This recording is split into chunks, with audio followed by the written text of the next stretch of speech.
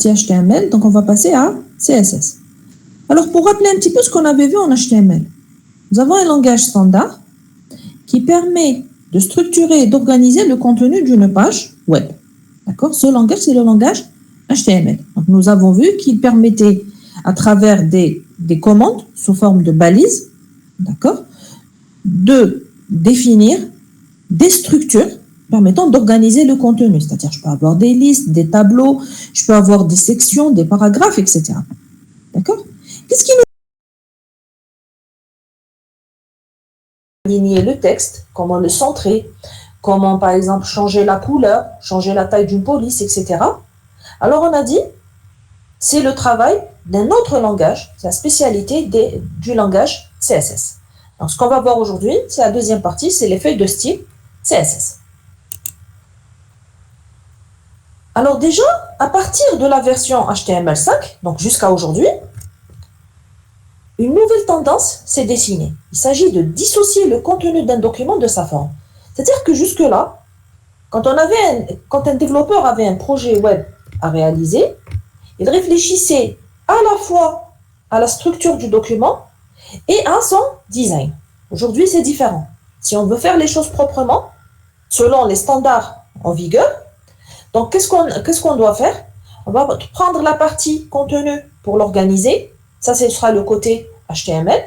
Et ensuite, on va appliquer un design sur le contenu qu'on a défini. Et ça, ce sera la partie CSS. Pour mettre un petit peu ce travail en pratique, nous avons un TP qui est prévu pour ceci. D'accord? Donc, on a un travail, donc on a un document. On va le formater en HTML et ensuite, on va lui appliquer des styles en utilisant CSS. Alors, pourquoi dissocier? Pourquoi ne pas tout faire en même temps? Premièrement, pour assurer la cohérence graphique du site. Par exemple, si on fait les choses en même temps, je pourrais définir un arrière-plan pour toutes les pages de mon site. D'accord? Alors que si je les sépare, je peux avoir une feuille de style qui, en une seule commande, donne un arrière-plan pour chaque page. C'est-à-dire, si j'ai 10 pages, j'écris une commande au lieu d'en écrire 10. La maintenance du site est facilitée. Pourquoi? Parce que si c'est un changement de contenu, j'irai dans la page HTML. Si c'est un changement de style, j'irai dans la feuille CSS. Plusieurs mises en forme différentes peuvent être appliquées à un même document. Il fallait peut-être que je commence par là, c'est le plus important. Aujourd'hui, un utilisateur peut utiliser plusieurs types de terminaux à la fois. C'est-à-dire, il peut être à l'extérieur, il consulte votre site sur son smartphone, il rentre à la maison, il veut être plus à l'aise, il peut le consulter sur sa tablette comme il peut le consulter sur son ordinateur. Vous n'allez pas définir un site web pour chaque type de terminal. Et donc, la solution, c'est quoi? Avoir un contenu qui pourrait s'afficher sur n'importe quel terminal. Comment on arrive à obtenir ceci? On a un document HTML pur qui ne contient pas du tout de style. Et ensuite, on va associer une feuille de style spécifique à chaque terminal en fonction de la taille d'affichage et des capacités du terminal en question. Donc, voilà comment on fait les choses. Alors, le code HTML devient plus lisible, oui, parce qu'il n'y a pas que des informations de style, il n'y a que du HTML pur. Les pages sont plus légères et donc plus rapides à circuler sur un réseau, et donc elles seront aussi plus faciles à charger. Alors, quand on a une feuille de style, en général, si on a une feuille de style pour tout un site, elle sera chargée une seule fois. Alors que si je réécris à chaque fois, ça veut dire que je suis en train de dupliquer le contenu. Donc, voilà un petit peu pour les avantages de cette dissociation. Maintenant, c'est quoi une feuille de style au juste? Alors, une feuille de style CSS pour Cascading Style Sheet sont écrites dans un langage spécifique. Donc, cette fois, ce n'est pas du HTML, c'est un format textuel, d'accord, qui ressemble un petit peu au langage de programmation. Vous verrez des points-virgules, vous verrez, je ne sais pas si j'ai un petit exemple ici. Voilà, regardez ici, cette petite partie-là. Donc, vous voyez quoi? On voit des accolades, des points-virgules, des deux points, d'accord? Donc, c'est quelque chose qui est vraiment très, très différent du langage HTML. Donc, c'est ça CSS et on va le voir par la suite. Alors, c'est une spécification du W3C, donc c'est un standard aussi. Les feuilles de style décrivent l'apparence des divers éléments d'une page par le biais de couple propriété-valeur, c'est-à-dire la propriété et la valeur associée. Par exemple, color, blue. Ça veut dire que la propriété, c'est la couleur. La couleur que j'ai choisie, c'est le bleu. Donc, c'est comme ça que ça fonctionne. Maintenant, quels sont les différents moyens pour appliquer un style à un élément ou un document HTML? Alors, on va commencer par le plus ponctuel pour arriver au plus général. S'il s'agit d'une seule balise que je veux atteindre, je peux utiliser l'attribut style. D'accord? Donc, style égale. Ensuite, vous allez avoir une paire propriété, valeur. Donc, color blue. La propriété, c'est color. Et la valeur, c'est blue. Quel est l'inconvénient de cette approche? Eh bien, en réalité, on est en train de mêler des informations de présentation, donc l'élément style, dans le code HTML, parce que cette commande-là, elle sera où? C'est dans le code HTML. Donc, si je veux faire une mise à jour, je vais devoir toucher au code HTML, et ça, c'est déconseillé. On le fera, oui, mais on le fera rarement. D'accord? Donc, voici un exemple de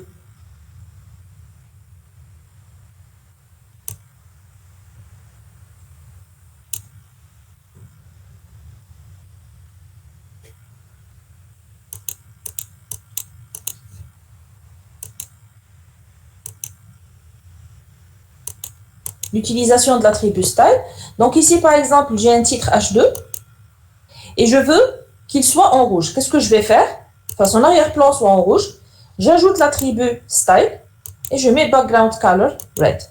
Donc ici, où est-ce que je l'ai mis? Je l'ai mis à l'intérieur du code HTML. Donc à l'exécution, il va le mettre effectivement en rouge. Voilà. Maintenant, quel est l'inconvénient de cette approche? Regardez bien. Là, j'ai un seul titre H2. Ça va. Si j'en avais 2 ou 3, je vais devoir dupliquer cette commande 2 ou 3 fois. Ça induit une redondance dans mon document.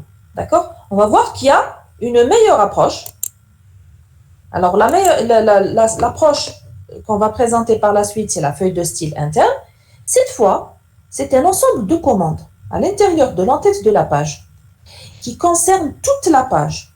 C'est-à-dire, je mets une partie, pas pour un seul élément, pour toute la page qui contient cette feuille de style. Cette feuille de style qui est à l'intérieur de la balise style, on l'appelle comment? On l'appelle feuille de style interne. Elle n'est pas indépendante, c'est une partie du document HTML. La balise style apparaît dans l'entête du document, c'est-à-dire dans la partie head. D'accord? Voyons un petit exemple ici.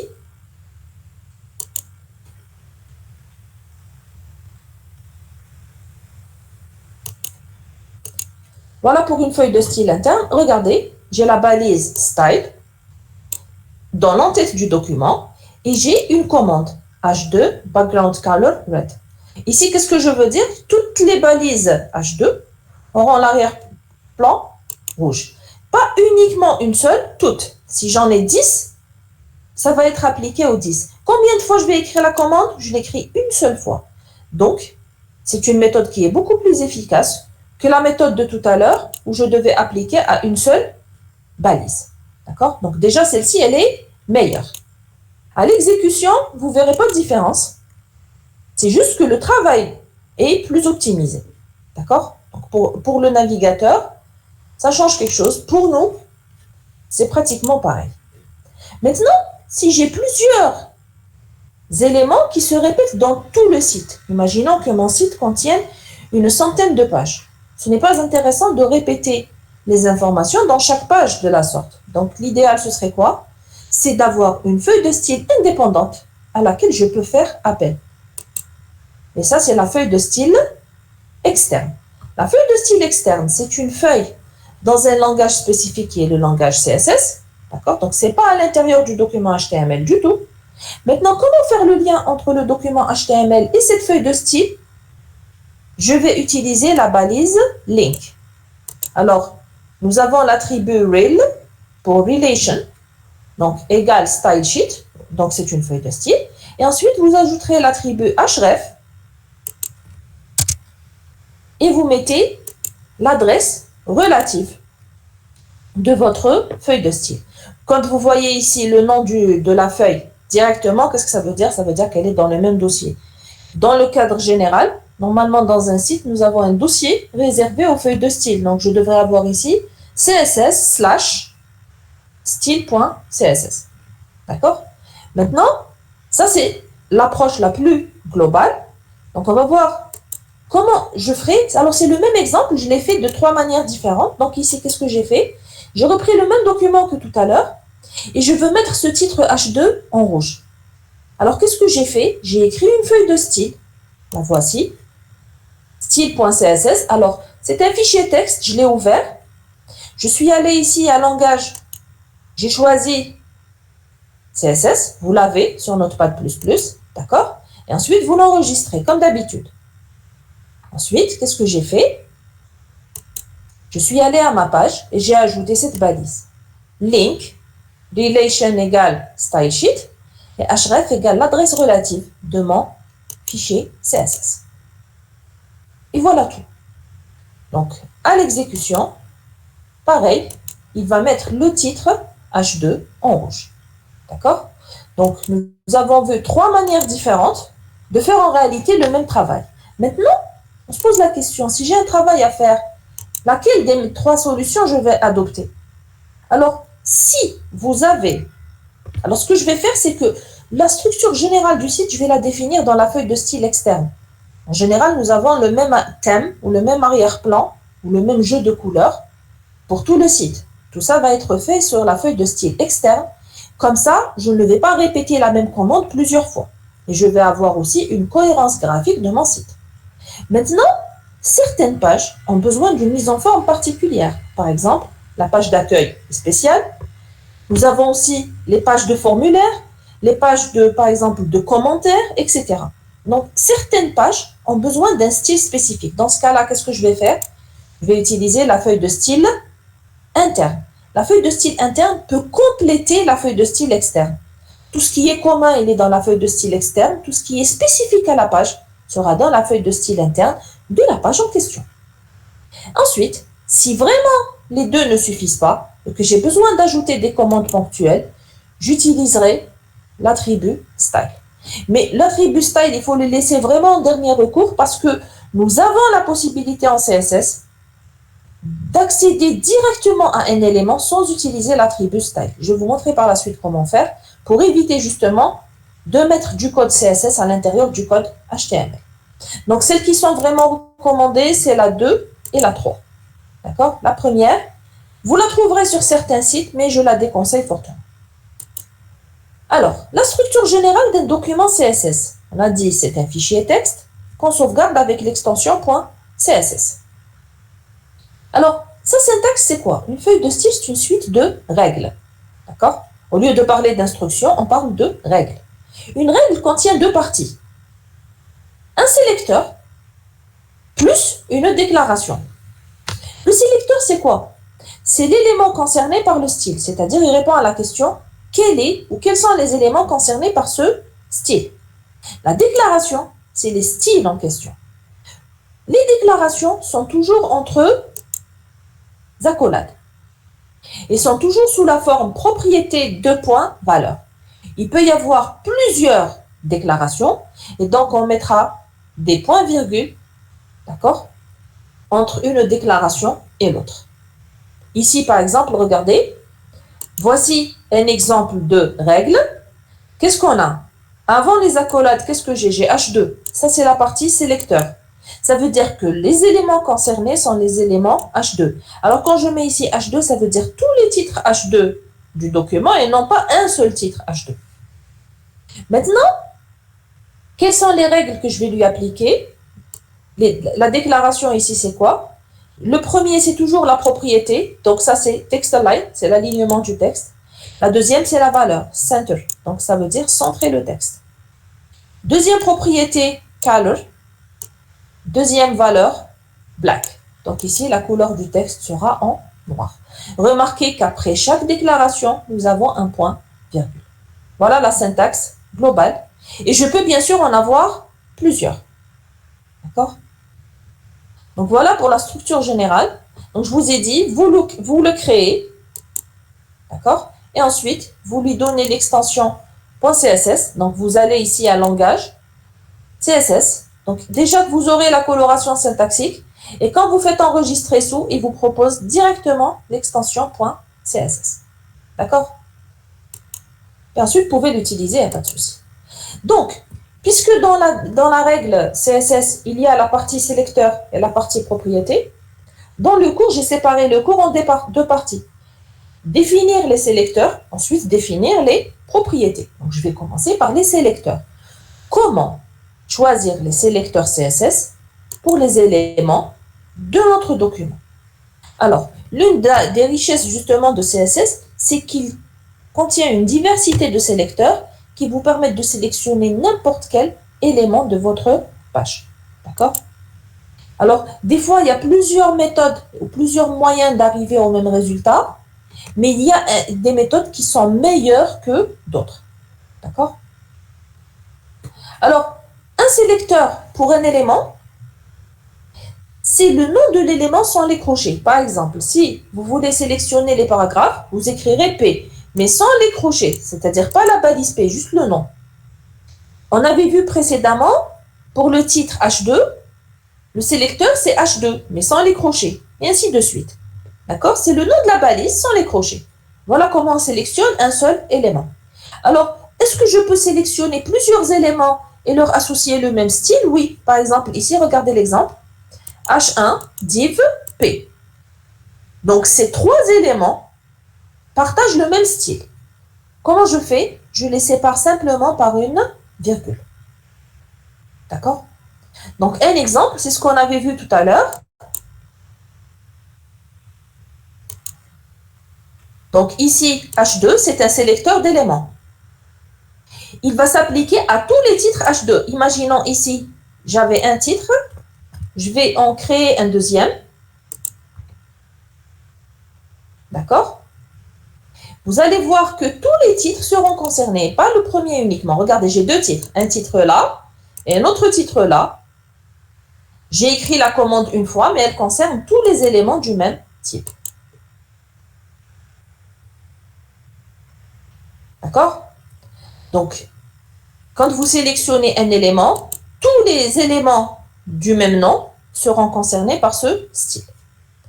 Maintenant, si vous voulez sélectionner tous les éléments de votre page, qu'est-ce que vous pouvez faire? Vous pouvez utiliser le sélecteur universel qui est représenté par l'étoile. D'accord? Donc, étoile, ça veut dire pour tous les éléments du document. Donc, soit on l'utilise pour regrouper tous les éléments, soit on l'utilise pour définir un thème général que je pourrais spécialiser par la suite. Par exemple, je veux avoir un style particulier pour les paragraphes et un autre style pour tout le reste. Qu'est-ce que je peux faire? Je peux mettre le style global au départ. Donc ici, pour tous les éléments background color yellow, ils seront tous en arrière-plan jaune. Ensuite, je mets P, background color green. Qu'est-ce qui va se passer? Celui du P va être écrasé. Donc, il ne sera plus jaune, il sera vert. Et tous les autres éléments resteront en jaune. D'accord? Donc, vous pouvez utiliser le sélecteur universel pour donner un thème général à tous les éléments. Et vous pouvez ensuite retirer un élément du lot pour le spécialiser. D'accord? Et dans ce cas-là, son style va écraser le style par défaut. Maintenant, donc on a dit, si c'est le même type d'élément, c'est bon. Par exemple, des titres H2, des paragraphes, etc. J'utilise le nom de la balise. Maintenant, imaginons que je ne veux pas prendre tous les paragraphes. Je veux prendre certains paragraphes, pas tous. Est-ce que je peux utiliser le sélecteur P? Non. Si je mets le sélecteur P, il prend tous les paragraphes. Moi, je veux que ce soit certains paragraphes spécifiques. Et donc, je vais définir ce qu'on appelle une classe. La classe va se définir dans le code HTML, mais elle va être utilisée dans le code CSS. Donc, si je veux que certains paragraphes, pas tous, certains soient en rouge, qu'est-ce que je fais? Pour les paragraphes concernés, j'ajoute ça. Classe égale à rouge. Rouge ou ce que je veux, hein. Donc j'écris un nom de classe, un nom ici. Et ce nom-là sera partagé pour les éléments de cette classe. Maintenant, quand j'arrive à CSS, comment dire que 6 éléments de cette classe auront une couleur rouge? Je prends le nom de la classe, je le fais précéder par le caractère point. Donc le point ici, il représente la classe. Donc point rouge, c'est les éléments de la classe rouge. Et je donne la propriété que je veux. Donc ici, propriété valeur, c'est color red. C'est pour mettre les éléments en rouge. Les autres paragraphes, ceux qui ne sont pas dans cette classe, est-ce qu'ils sont concernés? Non. Non. Autre chose, est-ce que je peux avoir des éléments différents dans la même classe? Par exemple, ici, j'ai mis des paragraphes. Est-ce que je pourrais aussi avoir des titres dans la classe rouge? Eh bien, rien ne m'empêche de le faire. N'importe quel élément, vous le prenez, vous lui ajoutez classe égale à rouge, et il est dans la classe que vous voulez. Je ne sais pas si j'ai prévu un exemple.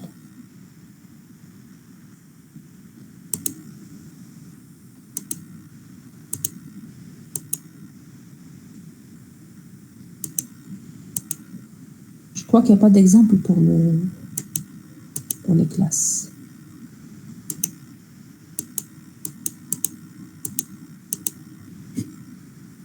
Si, voilà. Donc, j'ai ici l'exemple avec rouge. Alors, regardez qu'est-ce que j'ai fait. J'ai un titre H2, classe égale à rouge. Et j'ai un div, classe égale à rouge. Donc, remarquez, les éléments que j'ai choisis ici ne sont pas de la même catégorie. Il y a un titre, H2, et il y a un div.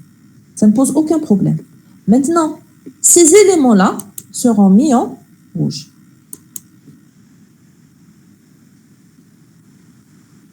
D'accord? Et donc, on peut mettre des éléments du même type dans une classe. On peut mettre dans une classe aussi des éléments de type différent. Par exemple, des titres avec des divs, etc. Ça marche très bien. Autre utilisation des classes. Donc, nous pouvons définir une classe en la déclarant applicable seulement à un type d'élément, en la faisant précéder de celui de l'élément. Par exemple, si je mets div.jaune, ça concerne uniquement les divs de la classe jaune. Si on prend ici cet exemple, on revient à l'exemple que je vous ai donné. Donc ici, classe égale à rouge. Donc si je mets le sélecteur point rouge, quels sont les éléments qui sont concernés? Le titre H2 et le div. Maintenant, si je mets ici H2 point rouge, à votre avis, est-ce que le div sera concerné? Non, il va sortir du lot. Vous êtes d'accord? Donc ici, le div, vous avez vu? Donc ici, qu'est-ce que j'ai fait? J'ai défini un sélecteur en combinant deux choses. Donc qu'est-ce que j'ai fait? J'ai mis le nom d'une classe et je l'ai fait précéder du nom d'une balise. D'accord?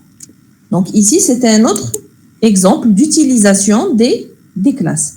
Donc, si je mets point jaune, c'est tous les éléments qui ont classe égale à jaune. Si je mets div.jaune, c'est uniquement les éléments de type div qui ont classe égale à jaune. D'accord? On peut définir aussi des classes abstraites, d'accord, d'une manière générale, et ensuite on va les spécialiser. À chaque fois que vous ajoutez quelque chose, il va être ajouté au précédent. Donc, regardez ici. J'ai mis point rouge, color red. Donc, tous les éléments de la classe rouge, ils seront en rouge. Mais ensuite, juste après, j'ai défini div.rouge avec background color blue. Il n'y aura pas écrasement ici, parce que ce n'est pas la même propriété. Alors, à votre avis, les éléments div qui sont dans la classe rouge, quelles sont les propriétés qu'ils auront? Qui peut me répondre? Les deux. Voilà. Donc, ils seront en rouge et ils auront l'arrière-plan bleu. D'accord? Donc, c'est pour ça qu'on dit c'est une classe abstraite. Donc, j'ai une classe générale que je peux spécialiser en fonction du type de l'élément par la suite. Madame, Oui. Madame, même qui نديرو div.rouge, on est obligé نديرو من بعد sur داخل div نديرو classe égale à rouge. Bien sûr. D'accord. كيفاش يعرف regardez هاوليك شوف هذا l'exemple. كيفاش يعرف هذا le div s'il fait partie de la classe ولا لا إلا ما درتش classe égale à rouge. Ah d'accord, oui. C'est-à-dire que ماشي كاع les div. لو كان نحي classe égale à rouge يخرج من la classe. D'accord. C'est bon? Oui. Madame, Oui. لو كان درنا la couleur كيف div point rouge نديرو la couleur bleue. Il écrase. Là, il écrase, oui. D'accord. Il écrase. Il écrase et il va prendre le plus spécifique. Le deuxième voile, il va être pris en considération. Oui, d'accord. Merci. Mais ce n'était pas le but de mon exemple. Là, ce que je voulais, c'était les associer, les combiner.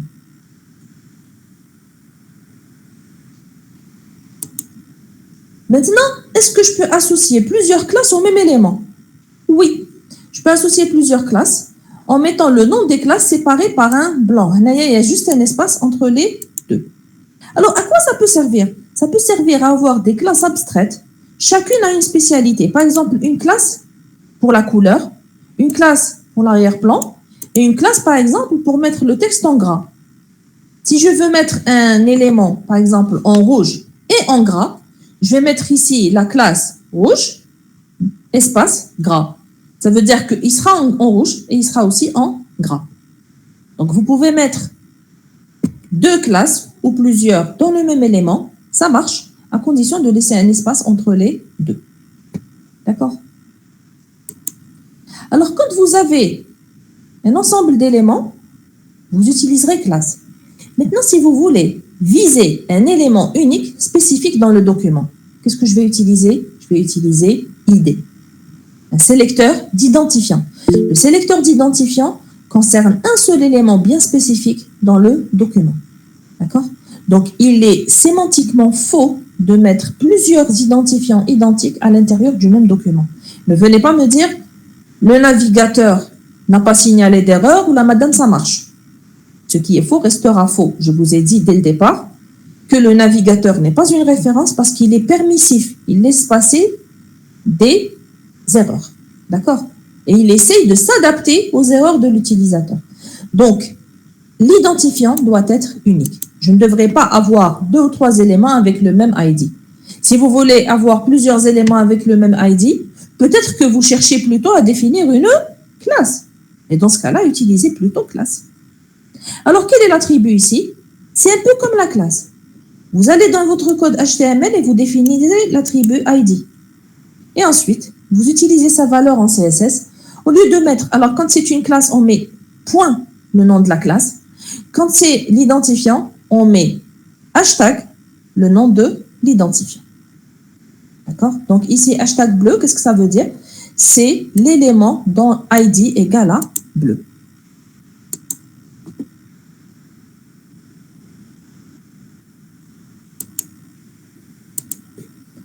Voilà pour le sélecteur d'identifiant. Donc, je vais prendre par exemple un élément ici, un div. J'ai mis ID égale à rouge. D'accord? Alors déjà, il doit être unique. Et ensuite, comment je fais appel? Je mets hashtag rouge pour faire référence à l'élément. Il sélectionne l'élément que j'ai choisi.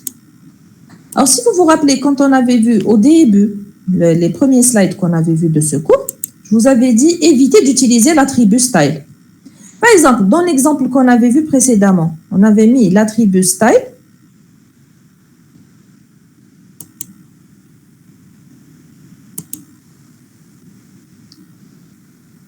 Je ne sais pas si je retrouve l'élément. On avait mis l'attribut style pour un seul élément. D'accord? Et donc, je vous avais dit, on évite de faire ceci. Quelle est la deuxième solution qu'on peut faire maintenant? La deuxième solution qui s'offre à nous, c'est d'utiliser l'identifiant. Par exemple, dans l'exemple que je ne retrouve pas, je ne sais pas pourquoi. Ah voilà, sélecteur d'un élément. Non, pas celui-là. Bon, ce n'est pas important. Donc, si je veux sélectionner un seul élément, au lieu de mettre style à l'intérieur, je vais mettre ID et je vais mettre la feuille de style associée. Quel est l'avantage de cette approche? Je n'ai pas mélangé mon code HTML avec la partie CSS. D'accord? Donc, si vous voulez sélectionner un seul élément, utilisez plutôt l'idée que l'attribut style. C'est une meilleure solution. Nous avons aussi le sélecteur par contexte. Le sélecteur par contexte, c'est quoi? Il sélectionne un élément en fonction de sa position dans le document.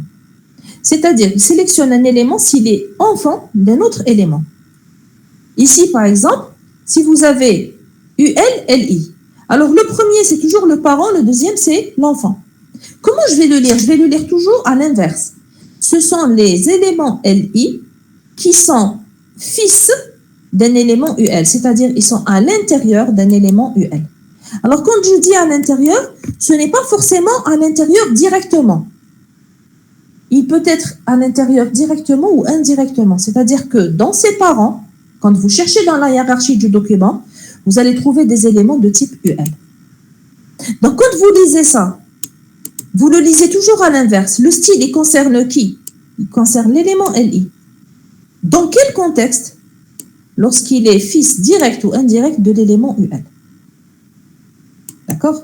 Dans certains cas, on peut préciser plusieurs niveaux de hiérarchie. Donc ici, ça concerne un élément LI s'il fait partie d'un élément OL qui lui-même fait partie d'un élément LI qui fait partie d'un élément UL. D'accord? On l'utilise rarement, mais ça peut être utile, surtout pour définir par exemple des menus déroulants, etc. Donc voilà pour le sélecteur par contexte.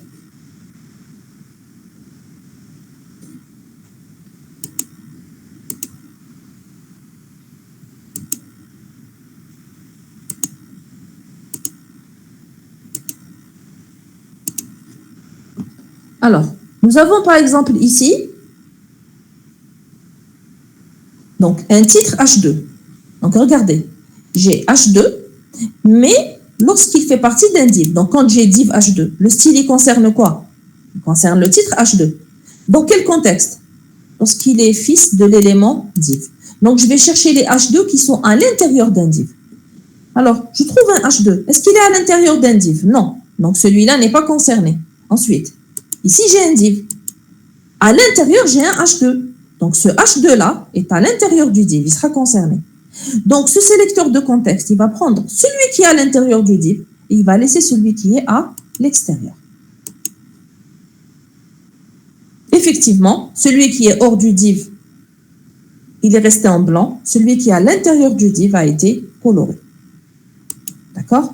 Alors ça marche qu'il soit directement dans un div ou qu'il soit indirectement dans un div. C'est-à-dire que si j'avais ici div, et ensuite à l'intérieur, par exemple, une balise et à l'intérieur H2, ça ne pose pas de problème non plus. Ce qui compte, c'est que l'élément H2 soit imbriqué à l'intérieur d'un élément div. C'est ce qu'on appelle le sélecteur par contexte. Qu'est-ce qu'on a aussi? On a le sélecteur parent-enfant direct. Donc ici, ça ressemble au sélecteur par contexte, sauf que c'est le fils immédiat. Donc, vous avez élément parent, directement élément enfant. Là aussi, quand vous le lisez, quand vous avez div span, comment vous allez le lire? C'est l'élément span, lorsqu'il est enfant direct de l'élément div. D'accord? Donc, vous le lisez toujours à l'envers. On a aussi les éléments adjacents ou frères. Quand est-ce qu'on dit que deux éléments sont frères? S'ils ont le même père. D'accord? Donc, j'ai un élément. À l'intérieur, il y a deux éléments. Ces deux éléments-là sont des éléments adjacents ou des éléments frères. D'accord? Donc, pour sélectionner la relation entre deux éléments frères, donc on utilise le tilde, comme ceci. Et pour sélectionner deux éléments frères qui sont consécutifs, donc ils se suivent, vous utiliserez le plus. Alors, ces sélecteurs, je les présente à titre indicatif, mais ils ne sont pas très utilisés. D'accord? Donc, ensuite, je vous dirai lesquels vous utiliserez le plus. Alors, ceux qu'on utilise le plus, ce sera quoi? On utilise beaucoup les identifiants. Alors, on utilise énormément les classes, les sélecteurs d'éléments, d'accord? On va voir ensuite les sélecteurs d'attributs qui seront aussi assez utiles. Donc, pour les autres sélecteurs, donc on utilisera souvent le sélecteur par contexte, mais pas vraiment les autres sélecteurs. Alors, on a un autre type de sélecteurs qui sont très utiles, c'est les sélecteurs par pseudo-classe. Qu'est-ce que c'est qu'une pseudo-classe? Donc, c'est une précision apportée à un sélecteur, c'est-à-dire c'est un élément, mais dans un contexte particulier, dans une utilisation particulière. Pour faire la différence avec les classes, on les fait précéder par 2 points. D'accord? Donc, quand vous voyez 2 points avant un sélecteur, sachez que c'est une pseudo-classe. Certaines pseudo-classes sont applicables aux liens de navigation. Par exemple, ici, Deux points link, c'est le lien lorsqu'il n'a pas encore été visité. Deux points visited, c'est le lien qui a déjà été visité. D'accord? Donc, est-ce que vous avez remarqué que sur les pages web, le lien, donc par défaut, a une couleur bleue, mais dès qu'il est visité, il change de couleur. Alors, ça, c'est un comportement par défaut. En réalité, qu'est-ce qui se passe? Si vous ne spécifiez rien de particulier, le navigateur a une feuille de style interne. C'est une feuille de style du navigateur. Standard, si vous voulez. Et vous pouvez la modifier à votre guise. Et donc, si vous voulez changer les couleurs, vous voulez que votre lien ne soit pas en bleu, il soit en vert, vous êtes libre de le faire. Comment? Avec A2.link. Alors, A2.link, elle va vous donner la couleur avant qu'il ne soit visité. Dès qu'il est visité, il sort de la pseudo-classe link pour aller à la pseudo-classe visited. C'est un lien qui a déjà été visité et là, il change de couleur. Ici, par exemple, on a choisi de lui mettre la couleur rouge. D'accord?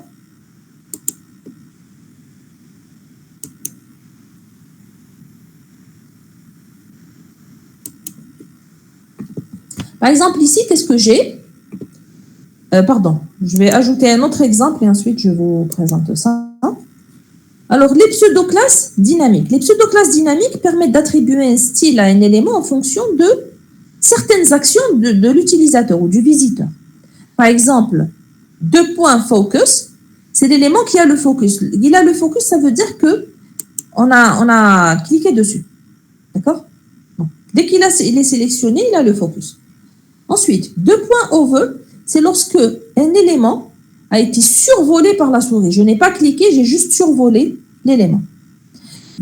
Active, c'est un élément actif, c'est-à-dire quand l'utilisateur clique sur son contenu pour pouvoir l'utiliser. D'accord? Il devient actif.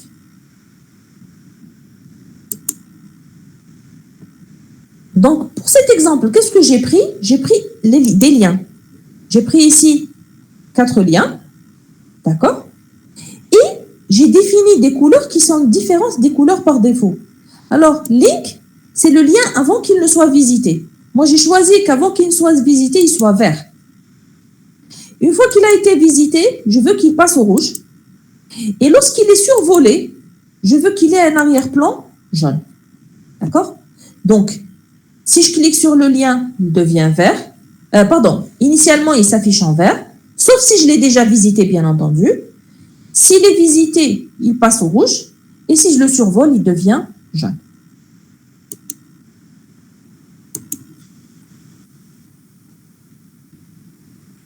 Alors, initialement, mes liens, ils sont de quelle couleur? Ils sont verts. Ça, c'est quoi? C'est A2.link. Maintenant, je sélectionne. Regardez, je le survole uniquement. Je n'ai pas cliqué. Qu'est-ce que vous voyez? Il passe au jaune. Ça, c'est quoi? C'est A2.over. Over. Voilà. Maintenant, je veux le visiter. Je vais cliquer. Qu'est-ce qui se passe? Bon, ici, je dois rafraîchir. Regardez, les liens que j'ai visités passent au rouge. D'accord?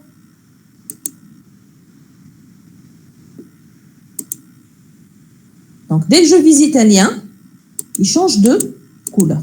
Donc, les couleurs par défaut du navigateur peuvent être modifiées en utilisant ces pseudo-classes.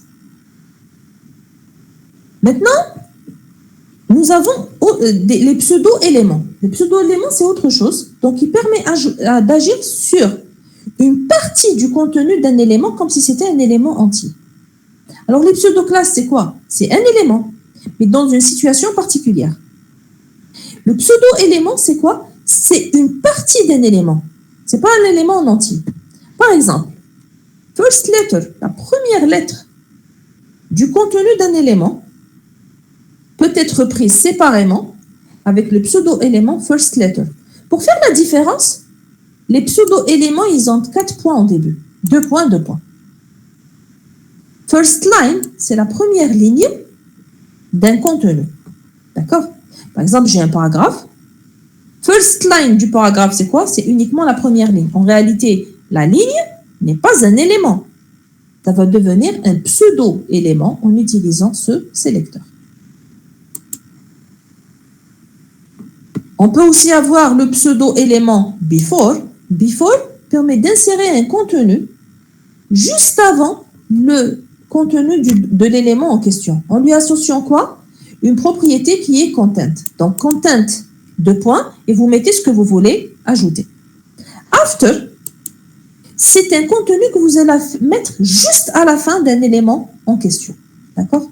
Donc, before, c'est juste avant. After, c'est juste après. Et vous pouvez mettre ce que vous voulez ajouter dans la partie content.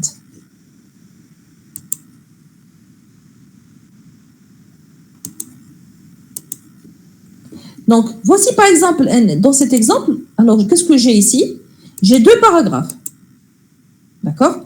Regardez bien le texte. Donc, des pluies torrentielles sont annoncées. Évitez de traverser les lits de rivière même asséchés. Qu'est-ce que j'ai fait? Dans le style, j'ai défini before, le pseudo-élément before. P, pseudo-élément before. Qu'est-ce que ça veut dire? Avant chaque paragraphe, je vais faire quelque chose. Qu'est-ce que je vais faire?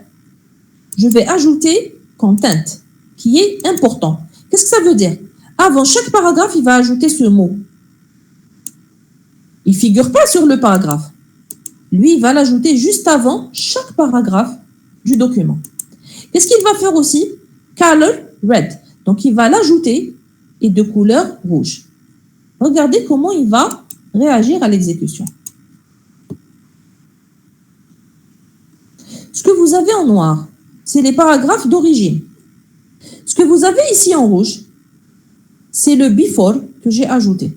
C'est-à-dire que j'ai ajouté un texte qui va s'afficher juste avant le contenu. Si je voulais le mettre à la fin, j'aurais mis dans after. D'accord? Donc, ça peut servir dans certaines utilisations. D'accord? Donc, before, after fonctionne toujours avec l'attribut content. Qu'est-ce qu'on peut avoir aussi? Le sélecteur d'attributs. Le sélecteur d'attributs, donc, il permet de sélectionner un élément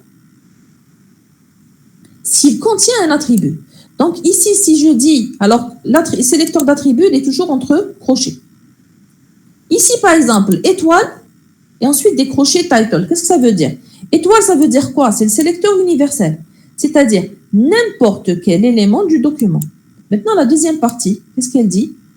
Qui a l'attribut title défini. Donc, pour n'importe quel élément dont l'attribut title est défini, je mets background color yellow. J'aurais pu mettre, par exemple, pour n'importe quel élément dont l'attribut ID est défini, lui mettre tel ou tel style. Je peux mettre un seul attribut, je peux mettre plusieurs. Maintenant, des fois, je veux être plus précise que ça. Je veux donner une valeur d'attribut. D'accord? Donc, il contient l'attribut, mais avec une valeur particulière. D'accord? Donc, ici, par exemple, input et entre crochets type égal à texte, qu'est-ce que ça veut dire? Toutes les balises input qui ont le type égal à texte. Alors, ce sélecteur de valeur d'attribut sera très utilisé dans les formulaires. Pourquoi dans les formulaires? Parce que c'est dans le formulaire que vous trouvez que vous avez plusieurs éléments qui font partie de la même balise et qui sont pourtant très différents les uns des autres. En fonction de quoi? En fonction de la valeur de l'attribut type. Et donc, j'utilise le sélecteur de valeur d'attribut pour faire la différence entre un champ de texte et un champ radio box ou un bouton, qui sont tous pourtant des éléments de type input.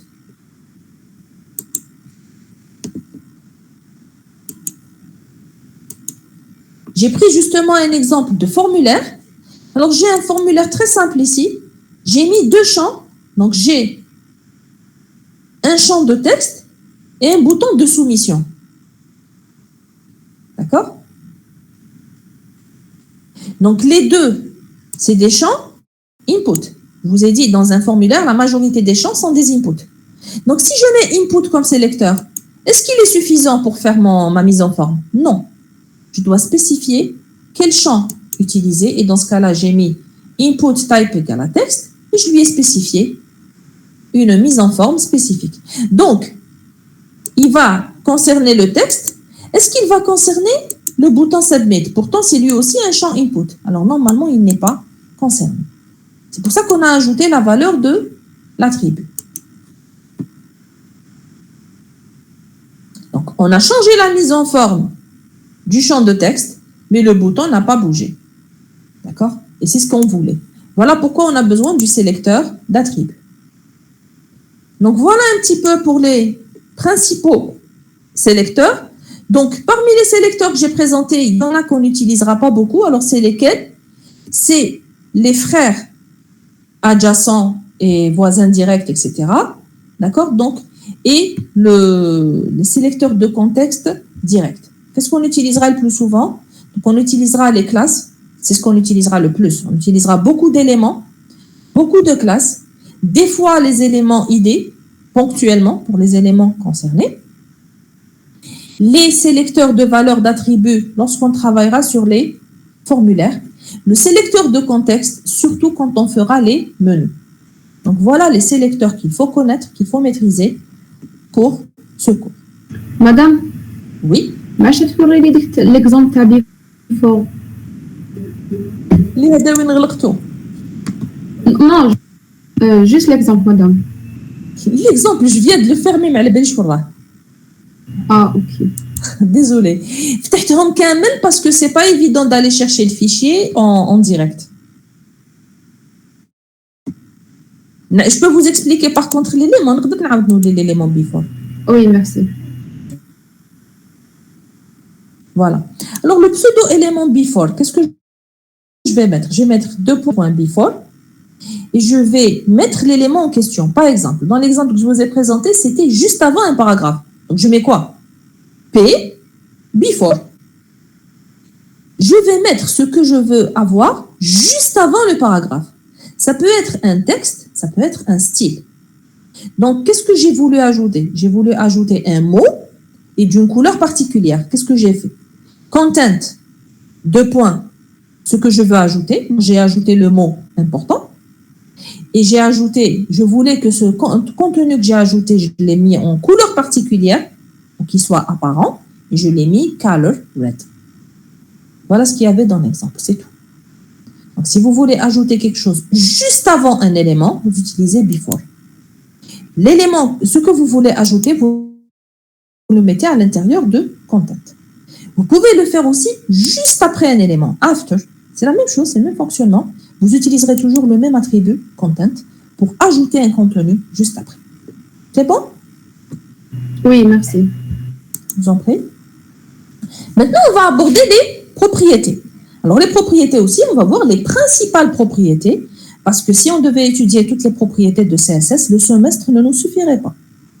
D'accord? Donc, je vais vous donner les propriétés essentielles. À la fin de ce cours, je vais vous proposer une documentation très intéressante dans laquelle vous pourrez trouver plus de sélecteurs, plus de propriétés, des exemples, une documentation de qualité. D'accord? Donc, il faut faire attention aussi à sa documentation parce que certains documents sont un petit peu dépassés. Donc, ils remontent à une période, c'est-à-dire qui est antérieure à HTML5 et donc peuvent vous donner de mauvaises habitudes de programmation. Alors, pour les propriétés CSS, c'est quoi? On a dit c'est des paires. Propriétés, 2 points, valeur. D'accord?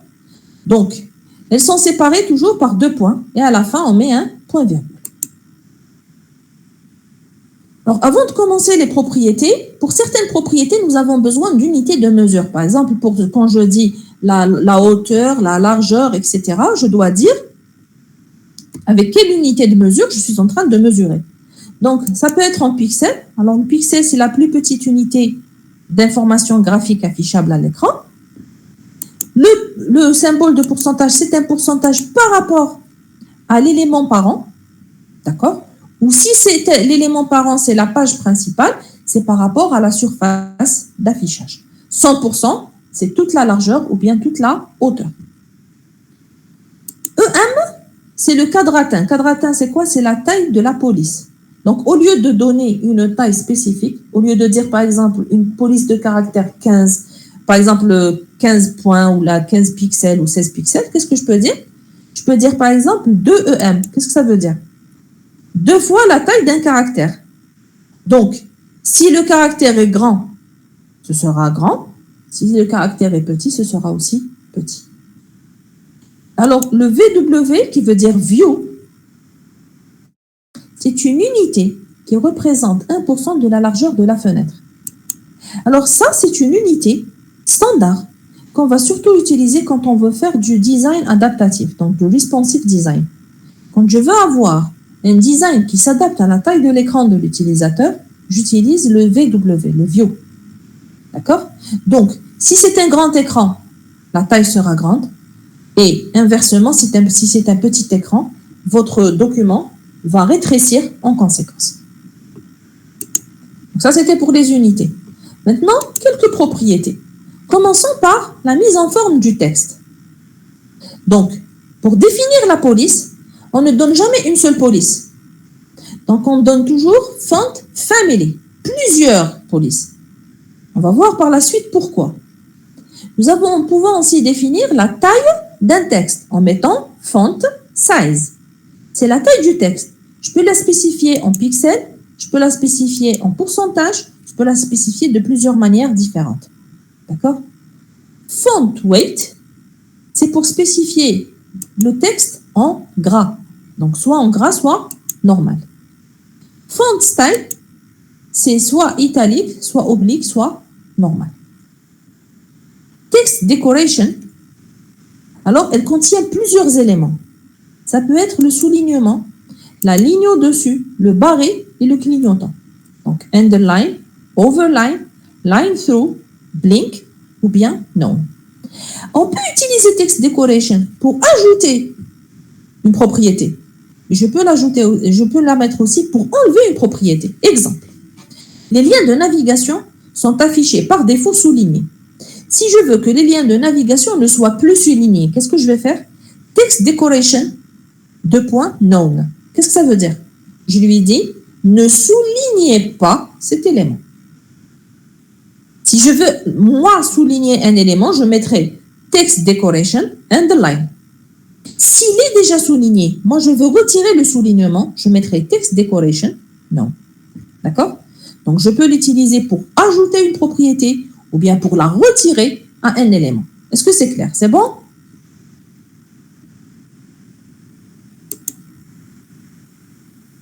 Pour l'alignement, qu'est-ce qu'on peut avoir? On peut aligner notre texte à l'horizontale comme on peut l'aligner à la verticale. L'alignement horizontal, qu'est-ce que je peux avoir? Left, à gauche, center, au centre, right, à droite, ou bien l'alignement justifié. En réalité, c'est ce que vous offre déjà votre éditeur de texte. C'est pas la peine de s'attarder dessus, c'est comme sur Word. Vertical align, c'est l'alignement, mais à la verticale. Par exemple, si c'est une cellule de tableau, combien d'espace en haut et combien d'espace en bas il va laisser? Donc, nous avons plusieurs options. Soit il le met au milieu, c'est middle. Soit il le met en bas, d'accord? Donc, vous avez baseline, middle, sub, super, top et bottom. Donc, soit il le met tout en haut, soit il le met au milieu, soit il le met tout en bas, soit il le met entre les deux. Donc, si vous voulez avoir, je n'ai pas prévu d'exemple pour ça, mais ce que vous pouvez faire, c'est que vous le mettez vertical align, vous ajoutez chacun de ces éléments et vous les testez. Vous verrez un petit peu la différence. D'accord?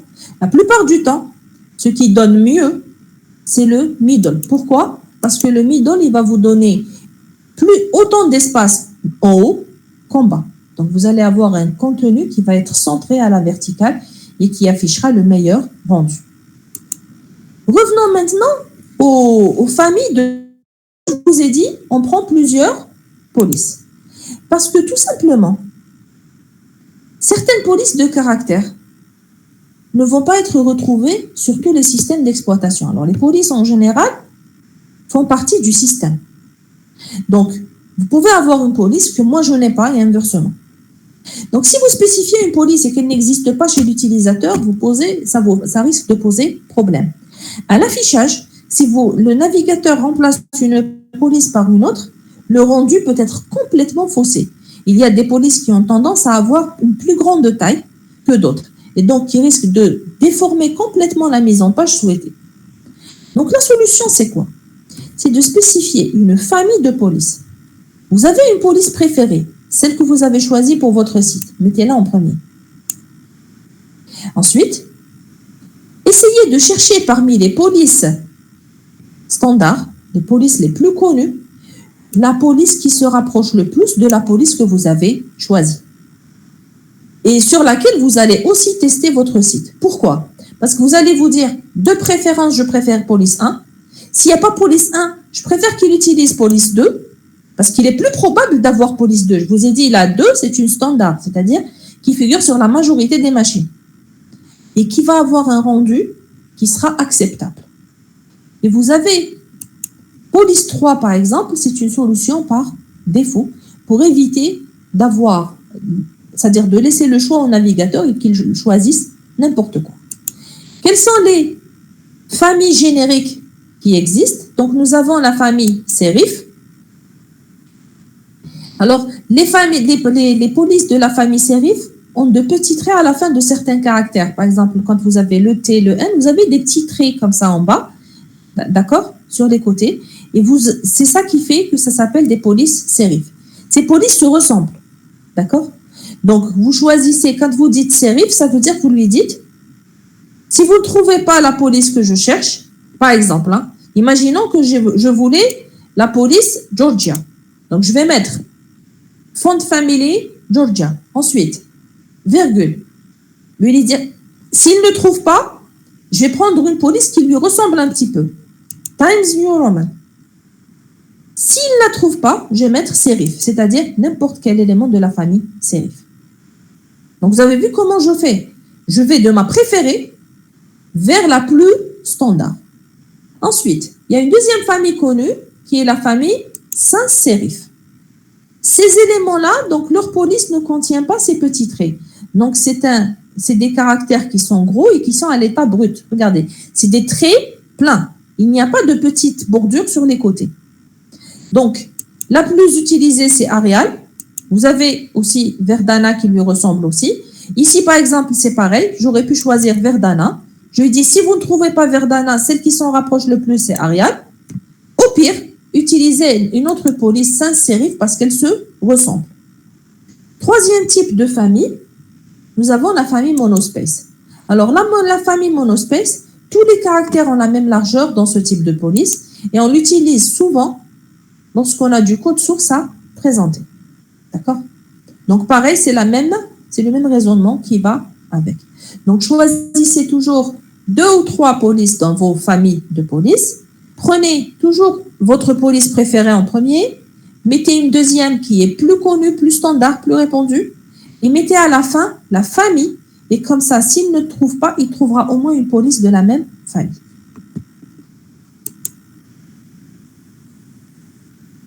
Donc ça, c'est ce que je disais. Madame. Oui. اليوم مش نكملوا 4. وعلاش نكملوا 4؟ مادام انت قلتي لنا في لا ديرنيير سيونس قسيناك قلتنا نديرو لا بروشين فوا ساعة. Je ne m'en rappelle même pas. Vous êtes fatigué, حبيتو نحبس. نو بويسك شغل قلناك باللي بزاف وكاع قلت لنا خلاص لا بروشين فوا نديرو ساعة كور وساعة تيبي. Je suis désolée. Donc je vous l'ai dit, je vous l'ai promis et je ne l'ai pas fait. مادام حسبتنا على بالك بويسك قلنا لك ديجا. قلت لي j'ai oublié. Bon, une parole donnée, c'est une parole donnée. Donc نحبو نحبس نحبس. J'arrête? Je préfère qu'on commence le TP. Très bien. Donc si tout le monde est d'accord, donc on va s'arrêter et donc on prend une petite pause et on reprend le TP. Ça vous va? Oui, madame, merci beaucoup. Voilà. Merci de m'avoir appelé parce que franchement, donc Oui, معليش.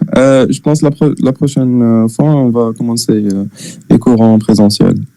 Exactement. Et là, normalement, on n'aura pas de... Voilà. Mon souci, c'est que la semaine dernière, je n'ai pas avancé comme je le souhaitais. Ce qui fait qu'à Kouchouf au CSS, tout cas, si je veux faire un TP de CSS, même dit, je la matière. Oui, mais اليوم ça va نقدروا نديروا le TP puisque ماشي كون CSS, je pense. أنا راني نخمم مع السمانة الجاية. مادام نافونسيو في الكور الجاي. Voilà, C'est-à-dire, Douka, ce sera avec l'algorithme de la dernière chance. Il faut que je termine. Sinon, on ne peut pas TP. Oui, ça. Inch'Allah, يكفينا الوقت. Inch'Allah. Donc, je vous laisse 10 minutes et on se retrouve pour le TP. D'accord? D'accord. Merci, madame. Merci à vous.